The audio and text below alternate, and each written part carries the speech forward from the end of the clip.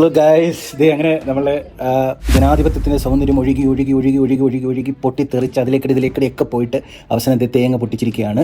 T വിയിൽ ഇപ്പോൾ വാർത്ത വന്നു, കേരളത്തിൻ്റെ നിയുക്ത മുഖ്യമന്ത്രിയായിട്ട് ശ്രീ വി ഡി സതീശൻ. അപ്പം ശ്രീ വി ഡി സതീശൻ എല്ലാ ആശംസകളും നേരുന്നു. പ്രിയപ്പെട്ട സതീശൻ ജി, ഞങ്ങളെല്ലാം കാത്തിരിക്കുകയാണ്. എന്തിനാണെന്നല്ലേ, എല്ലാം ഞങ്ങൾ ആർക്കൈവ് ചെയ്ത് വെച്ചിട്ടുണ്ട്. അങ്ങ് പറഞ്ഞിരിക്കുന്ന കാര്യങ്ങളെല്ലാം അങ്ങ് നടത്തി കാണിക്കൂ.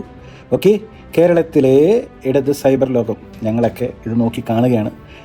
അപ്പം നമുക്ക് നോക്കാം എങ്ങനെയാണ് കാര്യങ്ങൾ നടക്കുന്നതെന്ന്. ഇതിനിടയിൽ ഗൈസ്, നമ്മളാരും വിചാരിക്കേണ്ട, അടിത്തടകളൊക്കെ ഇനി നടക്കാൻ പോകുന്നേ ഉള്ളൂ.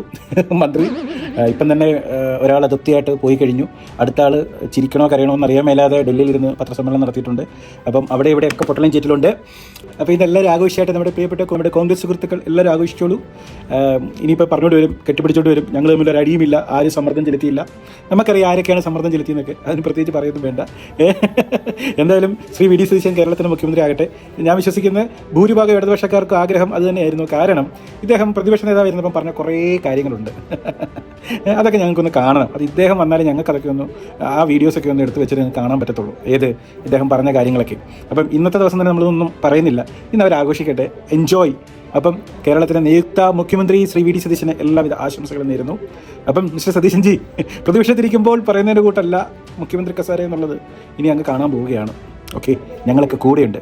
ഞങ്ങളുടെ എല്ലാം കണ്ണുകളും കാതുകളും എല്ലാം ഇനി അങ്ങനെ ഭരണം നോക്കാനായിട്ടാണ്, നോക്കി വിലയിരുത്താനായിട്ടാണ്. അപ്പം നമുക്ക് കാണാം. ഓക്കെ.